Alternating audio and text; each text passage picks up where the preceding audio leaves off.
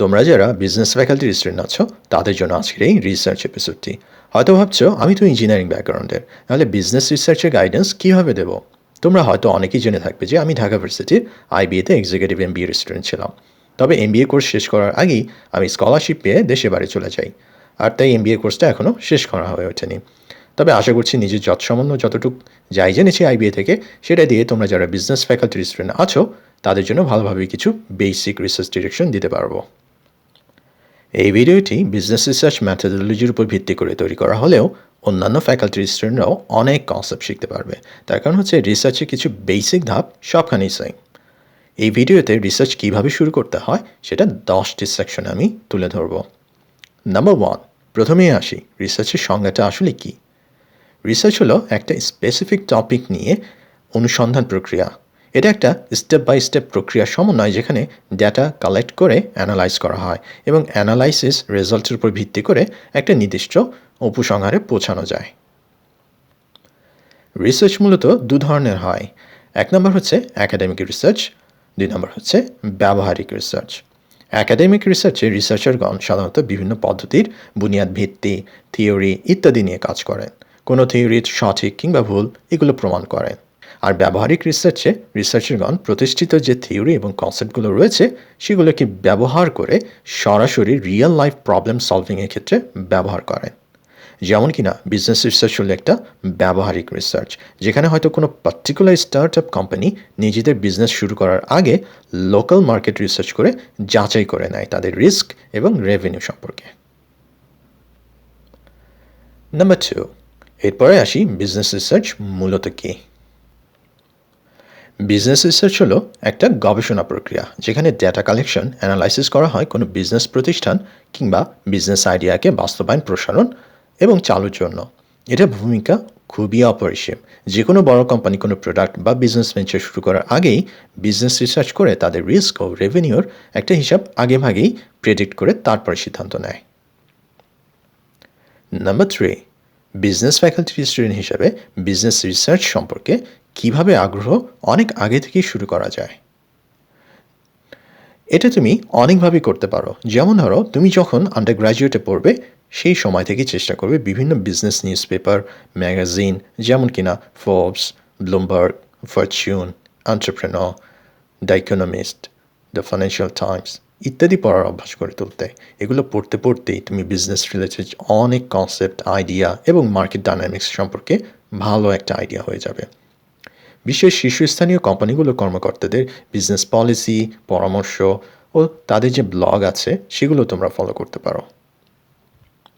এছাড়াও নামকরা university business school যেমন কিনা এমআইটি সোলান, ইনস্টিট, ওয়াটসন, Harvard, London Business School, Rotman যেটা কিনা University of Toronto Business School, UBC Sauder Business School, তারপর শিউলিক যেটা কিনা ইয়র্ক ইউনিভার্সিটি কানাডার বিজনেস স্কুল, এদের ওয়েবসাইটে নিয়মিত ভিজিট করতে পারো। এদের বিজনেস ফ্যাকাল্টির যে প্রফেসররা রয়েছে তাদেরকে তোমরা লিঙ্কডইন এবং টুইটারে ফলো করতে পারো। তাদের পোস্টগুলো থেকে তোমরা অনেক কিছু জানতে পারবে। এছাড়াও ইন্টারন্যাশনাল ইউনিভার্সিটির লিঙ্কডইন প্রোফাইল এবং ওয়েবসাইটগুলো ফলো করলে কী হবে জানো? সেখানে দেখবে যে তারা প্রায় ইন্টারন্যাশনাল বিজনেস কেস কম্পিটিশনের আয়োজনটা অ্যানাউন্স করে। আর সুযোগ হলে তোমরা অবশ্যই অ্যাপ্লাই করবে ওই সব কম্পিটিশনে। প্রয়োজনে লজিস্টিক সাপোর্টের জন্য নিজ নিজ ইউনিভার্সিটির ডিপার্টমেন্টাল হেডকে তোমরা জানাবে যে এইসব কম্পিটিশনে তোমরা তোমাদের ইউনিভার্সিটির প্রতিনিধিত্ব করতে চাও। তোমাদের সুবিধার জন্য এমন কিছু ইন্টারন্যাশনাল বিজনেস কেস কম্পিটিশনের লিস্ট আমি দিয়ে দিচ্ছি। নাম্বার 1, গ্লোবাল কেস কম্পিটিশন, এটা হচ্ছে হার্ভার্ড ইউনিভার্সিটিতে হয়। Number 2, HEC Paris business game, এটা হচ্ছে প্যারিসে হয়। Number 3, Australian under graduate business case competition, যেটা কিনা অস্ট্রেলিয়াতে হয়। নাম্বার 4, গ্লোবাল কেস কম্পিটিশন, যেটা ডেনমার্কে হয়ে থাকে।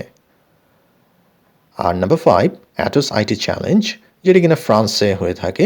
এটা একটা ফ্রান্সের টেলিকম কোম্পানি অ্যাটোসের একটা বলতে পারো যে কেস কম্পিটিশন। তো এরকম আরও অনেক আন্তর্জাতিক কেস কম্পিটিশনের নিউজ তোমরা লিঙ্কডইন এবং ইউনিভার্সিটির যে ওয়েবসাইট আছে সেখানে পেয়ে যাবে। নাম্বার 4, এখন আসি বিজনেস রিসার্চ স্ট্র্যাটেজি মূলত কয় প্রকারের। বিজনেস রিসার্চ স্ট্র্যাটেজি দু ধরনের হয়ে থাকে মূলত। Number 1, quantitative research. Number 2, qualitative research. Quantitative রিসার্চে সাধারণত ডেটাগুলো হয় নিউমেরিক্যাল, অর্থাৎ ধরো কোনো পোল বা কোয়েশ্চেন সেট থেকে এর আনসারগুলোর উপর ভিত্তি করে একটা স্ট্যাটিস্টিক্যাল ডেটা সেট যদি তুমি পেয়ে যাও এবং সেটার উপর ভিত্তি করে তুমি যদি একটা কনক্লুশনে আসো, তাহলে এই স্ট্র্যাটেজিটাকে বলা হচ্ছে কোয়ান্টিটেটিভ রিসার্চ, অর্থাৎ একটা সংখ্যা বা কোয়ান্টিটি রয়েছে। কোয়ালিটেটিভ রিসার্চে সাধারণত দেখা যায় যে ডিসিশনগুলো নেওয়া হয় ইন্টারভিউ, রিভিউ বা মতামতের উপর ভিত্তি করে। এটা একটা অবজারভেশন বেসড রিসার্চ স্ট্র্যাটেজি। এখানে তোমার অনেকটা ব্যক্তি নির্ভরও বলা যায়, তার কারণ হচ্ছে এখানে কোনো সুনির্দিষ্ট রিসার্চ ভেরিয়েবলগুলো নিউমেরিক্যাল ডেটা সেট থাকে না, যার কারণ হচ্ছে তোমার অবজারভেশন বা তোমার কনজিউমারদের সাথে ইন্টারাকশন, রিভিউ বা তাদের মতামত, এগুলোর উপর ভিত্তি করে একটা সাবজেক্টিভ সিদ্ধান্তে নিয়ে আসা যায়। এটা অনেকটা ব্যক্তি নির্ভর। দুটো পদ্ধতিরই কিছু সুবিধা এবং অসুবিধা রয়েছে। আবার দেখা যায় যে অনেক রিসার্চাররা এই দুটো পদ্ধতি মিক্সড করেই ইউজ করেন, মানে আরও রোবাস্ট ডেটা সেট পাওয়ার জন্য। তো একটা উদাহরণ দিই, যেমন ধরো তোমার এলাকাতে একটা রেস্টুরেন্টের বিজনেস তুমি খুলতে চাচ্ছ। এখন তোমার এলাকায় ধরলাম 10টা বাড়ি আছে, সবার ঘরে ঘরে তুমি কয়েকজন কর্মী পাঠিয়ে একটা সার্ভে করে দেখলে যে 80% লোক ছুটির দিনে রাতের বেলা বাইরে খেতে পছন্দ করে।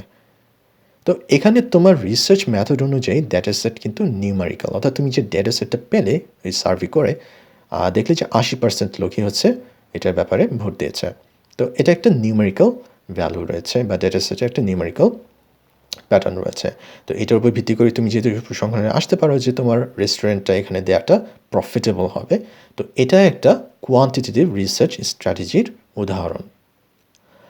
আবার ধরো তুমি এই সার্ভে না করে সরাসরি তোমার এলাকার মানুষগুলোকে ফেসবুকে অ্যাড করলে, তাদের লাইফস্টাইল, টাইমলাইন বা অনলাইন রিভিউ যে প্যাটার্নগুলো আছে তারা বিভিন্ন রেস্টুরেন্টে দিচ্ছে, এগুলো অবজার্ভ করে মোটামুটি একটা সিদ্ধান্তে আসলে যে হ্যাঁ, তোমার ফ্রেন্ড লিস্টে অনেকেই দেখা যায় রাতেরবেলা খাবারের মানে খেতে যাওয়ার ছবি দিচ্ছে ইত্যাদি ইত্যাদি।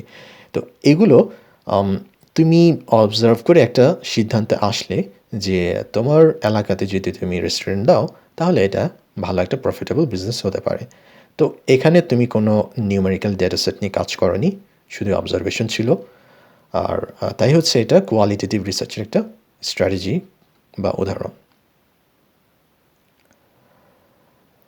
Number 5, under graduate business research project শুরু করতে হলে কখন উপযুক্ত সময়? ফাইনাল ইয়ারে উঠলেই তোমাদের রিসার্চ সাধারণত শুরু হয়। আর আন্ডার গ্র্যাজুয়েট থার্ড ইয়ারে উঠলেই চেষ্টা করবে যে তোমাদের ডিপার্টমেন্টে যে স্যাররা রয়েছেন তাদের সাথে কথা বলতে, যে তাদের মধ্যে কারা কারা তোমার রিসার্চ সুপারভাইজার হিসেবে তোমাকে গাইড করতে ইচ্ছুক বা কী টপিক নিয়ে তারা কাজ করতে চায়, এসব নিয়ে তোমরা আলোচনা করতে পারো। থার্ড ইয়ার থেকে তোমরা যদি এরকম প্রিপারেশন নেওয়া শুরু করো, দেন ফোর্থ ইয়ারে উঠলে তোমাদের প্রজেক্টটা শুরু করাটা অনেকটা স্মুথ হবে। নাম্বার 6, রিসার্চ থিসিস এবং পেপার কি একই জিনিস? তোমাদের রিসার্চ প্রজেক্টটা শেষ হলে পুরো রিসার্চে শুরু থেকে শেষ পর্যন্ত যাবতীয় ডেটা, অ্যানালাইসিস, রেজাল্ট সহ প্রায় 50 থেকে 100 পাতার মধ্যে একটা ডকুমেন্ট লিখতে হতে পারে। এটাকেই বলা হচ্ছে থিসিস বা ডিসার্টেশনও বলা হয়। এটা বাধাই করে তোমাদের নিজ নিজ সুপারভাইজারের সিগনেচার নিয়ে ডিপার্টমেন্টে এক কপি জমা দিতে হয়। আর এই রিসার্চের উপর তোমাকে তোমার ফ্যাকাল্টি মেম্বারদের উপস্থিতিতে একটা ফাইনাল প্রেজেন্টেশনে দিতে হবে, যেটাকে কিনা থিসিস ডিফেন্স বলা হয়। আর এই থিসিস কিন্তু ইউনিভার্সিটির কপিরাইটেড একটা ডকুমেন্ট বলতে পারো। আর এই থিসিসের মেইন রেজাল্ট ও ডেটা নিয়ে ধরা যাক 5 থেকে 10 পাতার একটা স্পেসিফিক ডকুমেন্ট তুমি যদি লেখো, তাহলে ওটাকে বলা হচ্ছে রিসার্চ পেপার। আর রিসার্চ পেপার দু ধরনের হয়, কনফারেন্স পেপার অথবা জার্নাল পেপার। প্রতিটা রিসার্চ পেপারের একটা অথর লিস্ট থাকে, অর্থাৎ যারা কিনা রিসার্চে অবদান রেখেছে সেই রিসার্চারদের নাম ওই পেপারে ক্রমানুসারে দেয়া হয়, যেটাকে বলা হয় অথর লিস্ট। রিসার্চে যার অবদান যত বেশি সেই অনুযায়ী নামক্রম হয়, যার অবদান সবচেয়ে বেশি তার নামটা সবার আগে আসে। আর রিসার্চ পেপার কিন্তু ইউনিভার্সিটির সম্পত্তি নয়, এটা হচ্ছে কনফারেন্স কিংবা জার্নালে জমা দিতে হয় এবং তাদের কপিরাইট। নাম্বার 7, রিসার্চ পেপার ও থিসিসের মধ্যে পার্থক্যটা কী? থিসিস করতে অবশ্যই তোমার একটা সুপারভাইজার লাগবে, যে প্রফেসর কিনা তোমাকে গাইড করবেন, তোমার রিসার্চে হেল্প করবেন এবং সেই প্রফেসরের স্বাক্ষরও থিসিসে থাকবে। আর থিসিসটা হচ্ছে ইউনিভার্সিটি ডকুমেন্ট। অন্যদিকে রিসার্চ পেপার হলো কনফারেন্স কিংবা জার্নালে জমা দেওয়ার জন্য একটা ডকুমেন্ট। পেপার পাবলিকেশনের জন্য কোনো প্রফেসর প্রয়োজন নেই, তুমি একা একা চাইলেও পেপার পাবলিশ করতে পারবে কনফারেন্স কিংবা জার্নালে। তার কারণ যদি তুমি এমন কোনো ডেটা সেট নিয়ে কাজ করো যে তুমি নিজেই ওটা কালেক্ট করেছো, নিজেই মার্কেট রিসার্চ করেছো, তারপর সেটা নিয়ে তুমি একা একা একটা অ্যানালাইসিস করলে এবং একটা ডিসিশনে আসলে বা উপসংহারে আসলে তারপর একটা পেপার লিখে মানে পেপার লিখলে ওইটার উপর ভিত্তি করে, ডেটা সেটগুলোর উপর ভিত্তি করে, তখন ওই পেপারটাতে শুধু তোমার নাম থাকবে। তার কারণ হচ্ছে তুমি শুধু এই রিসার্চে কাজ করেছো। তো এরকম সিঙ্গেল অথর পেপার খুবই কমন হয়। তুমি চাইলে এটা করতে পারো, কনফারেন্সে বা জার্নালে জমা দিতে পারো উপযুক্ত হলে। তবে মনে রাখবে, যদি রিসার্চে তোমাকে আরও কেউ হেল্প করে, যেমন তোমার বন্ধুরা কিংবা তোমার প্রফেসর, তাহলে কিন্তু তাদের নাম যুক্ত করা তোমার রিসার্চ ইথিক্সের মধ্যে পড়ে। আর যেহেতু তোমার থিসিস সম্পন্ন করতে তোমার সুপারভাইজার সাহায্য করেছেন, তাই যদি থিসিসের ডেটা নিয়ে তুমি কোনো পেপার লেখো, অবশ্যই তোমার প্রফেসরের নাম দেয়া এবং পাবলিকেশন নিয়ে তার সাথে আলোচনা করাটা তোমার অবশ্যই একটা দায়িত্বের মধ্যে পড়ে। মনে রাখবে, তোমার প্রফেসর যেহেতু তোমার থিসিসে সাহায্য করেছে, তার নাম ছাড়া তোমার থিসিস পাবলিশ করাটা ঠিক না, এটা রিসার্চ ইথিক্সের বাইরে। তবে তুমি যদি একা কোনো রিসার্চ করে থাকো, সেক্ষেত্রে তুমি সিঙ্গেল অথর হিসেবে এটা পাবলিশ করার চেষ্টা করতে পারো। নাম্বার 8, বিজনেস রিসার্চ করার ধাপগুলো কী কী? ধাপগুলো অনেকই আছে। যেমন প্রথম ধাপটা হচ্ছে, আগে একটা টপিক সিলেক্ট করবে। তোমার প্রফেসরের সাথে আলোচনা করে হেল্প নিতে পারো। উনি যদি খুবই ব্যস্ত থাকেন এবং হেল্প করতে না পারেন, তাহলে তুমি কয়েকটি টপিক নিজ আগে বাছাই করো। বাছাই করে তাকে জানাও যে তিনি কোন টপিক নিয়ে ইন্টারেস্টেড। তো টপিকগুলো বাংলাদেশের প্রেক্ষাপটে হলে তোমার ডেটা সেট কালেক্ট করা অনেক ইজি হবে। যেমন কিছু বিজনেস রিসার্চ টপিক হতে পারে, number 1, teenage startup Trends in Bangladesh. Number 2, Bangladeshi women, online entrepreneurs. Number 3, brand extension challenges for Bangladeshi SMEs. Number 4, market entry strategy for BD food and beverage companies. Number 5, staff retention, comparison between public and private banks in Bangladesh. তো এগুলো আমি just তোমাদেরকে একটা উদাহরণ দিলাম যে কী কী topic হতে পারে। তোমরা তোমাদের পছন্দ মতো একটা নিজস্ব টপিক সিলেক্ট করো। তো টপিক ফাইনাল করে ফেলার পরে তোমার সেকেন্ড কাজটা হচ্ছে লিটারেচার সার্ভে করা। যদিও লিটারেচারের আক্ষরিক অর্থ হচ্ছে সাহিত্য, কিন্তু রিসার্চ ফিল্ডে এর মানে হচ্ছে পূর্বে প্রকাশিত রিসার্চ পেপারগুলোকে বোঝায়। লিটারেচার সার্ভে হলো তুমি যে টপিক সিলেক্ট করেছো ওই টপিকের উপর বিদ্যমান যে পূর্বে পেপারগুলো রয়েছে এবং পূর্বে যে রিসার্চারগণরা ওই টপিকে কী কী কাজ করেছেন, কে কতটুকু কাজ করেছেন, কী কী ডেটা অ্যাভেলেবল আছে কি নাই, এই সব কিছু মিলিয়েই হচ্ছে রিসার্চের লিটারেচার সার্ভে বোঝায়। এইসব বিদ্যমান পেপারগুলো তুমি পড়ে তোমাকে একটা আইডিয়া নিতে হবে যে এই টপিকের উপর কতটুকু কাজ আগে করা হয়েছে আর কি করা হয় নাই। যে ডেটা নিয়ে রিসার্চ করা হয়নি বা যেই সাইটটা নিয়ে তুমি মানে আগে রিসার্চ করা হয়নি, তুমি সেদিকেই আগাতে পারো, শুরু করার দিকে আর কি। মনে রাখবে, রিসার্চ ফিল্ডের টপিক হলো অনেকগুলো ছিদ্রযুক্ত পালতোলা নৌকার মতো।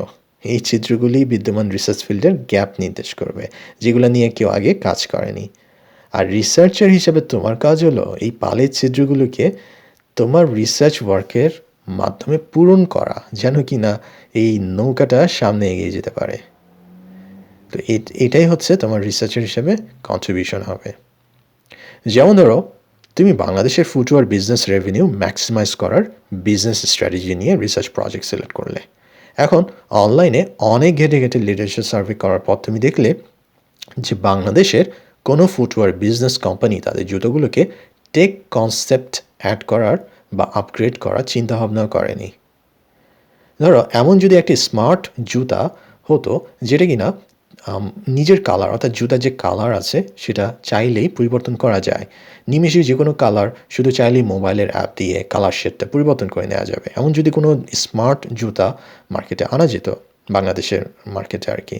ধরা যাক, জুতোর সোলে একটা ছোট্ট কালার সেন্সর বসানো থাকবে, যেটার সাথে মোবাইল অ্যাপের ওয়্যারলেস কানেক্টিভিটি থাকবে এবং মোবাইল থেকে কালার শেডটা সেট আপ করে নিতে পারবে কনজিউমার।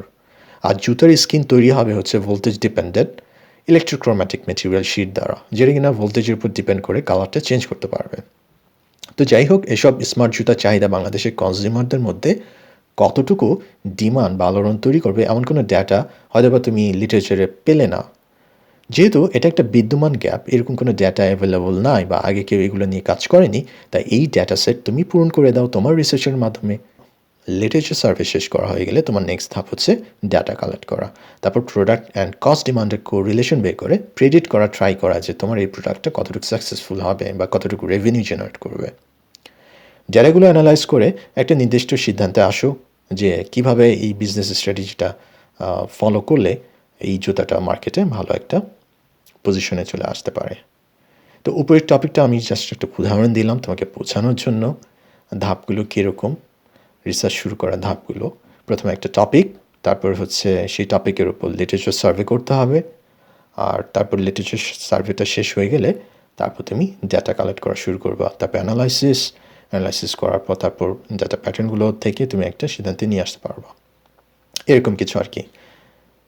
নাম্বার 9, এখন আসি এই যে পূর্বে প্রকাশিত যে পেপারগুলো রয়েছে এগুলো তুমি কোথায় পাবে লিটারেচার সার্ভের জন্য। গুগল স্কলার হলো স্টার্টিং পয়েন্টের জন্য সবচাইতে বেস্ট। গুগল স্কলারে গিয়ে সার্চ বক্সে তুমি তোমার টপিকের রিলেটেড টার্ম লিখে সার্চ দিলেই কিন্তু ওই সম্পর্কিত পেপারগুলো পেয়ে যাবে। তবে সব পেপার হয়তো বা পড়তে পারবে না, তার কারণ হচ্ছে সব জার্নাল বা কনফারেন্স ওপেন অ্যাক্সেস না। সাধারণত আমরা যারা দেশের বাইরে পড়াশোনা করছি তাদের নিজ নিজ ভার্সিটিগুলো সব জার্নাল সাবস্ক্রিপশন থাকে, তাই আমরা ইউনিভার্সিটি নেট ইউজ করে এই সব পেপারগুলো ডাউনলোড করতে পারি। তোমাদের ভার্সিটি যদি এই ধরনের কোনো সুবিধা না থেকে থাকে সেক্ষেত্রে তোমরা সাইহাব ইউজ করতে পারো। এই ওয়েবসাইটটা ইউজ করে তোমরা ডাউনলোড করতে পারো পেপারগুলো। যদিও এটা পাইরেটেড টেকনিক, কিন্তু এটা শুধু শিক্ষার উদ্দেশ্যে ব্যবহার করলে আমার মনে হয় এটা অনেক কিছু নয়। নাম্বার 10, সবশেষে আসি একজন ভালো বিজনেস রিসার্চারের কী কী গুণ থাকা চাই। নাম্বার 1, প্রশ্ন করতে শিখতে হবে। এটা না করে অমন করে যদি প্রোডাক্টটা লঞ্চ করা হতো তাহলে কী হতো, এমন অল্টারনেটিভ আউট অফ দ্য বক্সে চিন্তা করতে শেখো। নাম্বার 2, ডেটা ম্যানিপুলেশনস টুলস এবং সফটওয়্যারগুলো যেমন আর, এসপিএসএস, এক্সেল, পাওয়ার পয়েন্ট এগুলো শিখে নাও। এবং নাম্বার 3, রিসার্চ পেপার রাইটিং একটা টুলস রয়েছে যেটাকে লেটেক বলে। এখানে উচ্চারণ হয় না এক্সের, আমরা লেটেক বলি। তো এটা শিখে রাখো। তবে কনফারেন্স এবং জার্নালের নিজ নিজ মাইক্রোসফট ওয়ার্ডের টেমপ্লেট রয়েছে, তাই লেটেক যদি তুমি নাও জানো মাইক্রোসফট ওয়ার্ড দিয়েও তুমি পেপার লিখতে পারবে। নাম্বার 4, খুবই ভালো প্রেজেন্টেশন স্কিল ডেভেলপ করো। একজন বিজনেস রিসার্চার শুধু ভাবনা বিকাশ ঘটালেই কিন্তু হবে না, তাকে তার ভাবনাগুলোকে অন্যদের কাছে ভালোভাবে উপস্থাপন করার স্কিলও থাকতে হবে। এই জন্য ইংরেজিতে প্রেজেন্টেশন স্কিল ডেভেলপ করার চেষ্টা থাকা চাই। নাম্বার 5, রিসার্চ অনেক সময় এবং সাধারণ কাজ, তাড়াহুড়োর কোনো কাজ না। অনেক সময় ডেটা কনসেপ্টের সাথে ম্যাচ করবে না, তখন হতাশ হয়ে নিজের অ্যাবিলিটির প্রতি সন্দেহান না হয়ে বরঞ্চ নিজের প্রতি বিশ্বাস রেখে কন্টিনিউ করতে হবে। একজন রিসার্চারের সবচেয়ে বড় অস্ত্র হচ্ছে সেলফ বিলিফ। ওইটা না থাকলে কখনোই রিসার্চ প্রজেক্ট তুমি শেষ করতে পারবে না। আশা করি অনেকখানি আইডিয়া পেয়েছো বিজনেস রিসার্চ সম্পর্কে। আজকে এই পর্যন্তই। রিসার্চ নিয়ে আরও ভিডিও সামনে আসবে, তাই সবাই আমাদের ইউটিউব চ্যানেলটি সাবস্ক্রাইব করে রাখো। আর কোনো প্রশ্ন থেকে থাকলে আমাদের ফেসবুক গ্রুপ স্কলারশিপ স্কুল বিটিতে প্রশ্ন করো। মনে রাখবে, পৃথিবীর বড় বড় বিজনেসম্যানরা এমনিতেই কিন্তু এত টাকার রেভিনিউ করে না। এদের পিছনে আছে তোমাদের মতো বিজনেস রিসার্চাররা, যারা তাদের রিসার্চ ডেটাগুলো ইউজ করে কোম্পানির প্রফিটটা ম্যাক্সিমাইজ করতে হেল্প করে। সবাই ভালো থাকো। আজকে এই পর্যন্তই। আল্লাহ হাফেজ।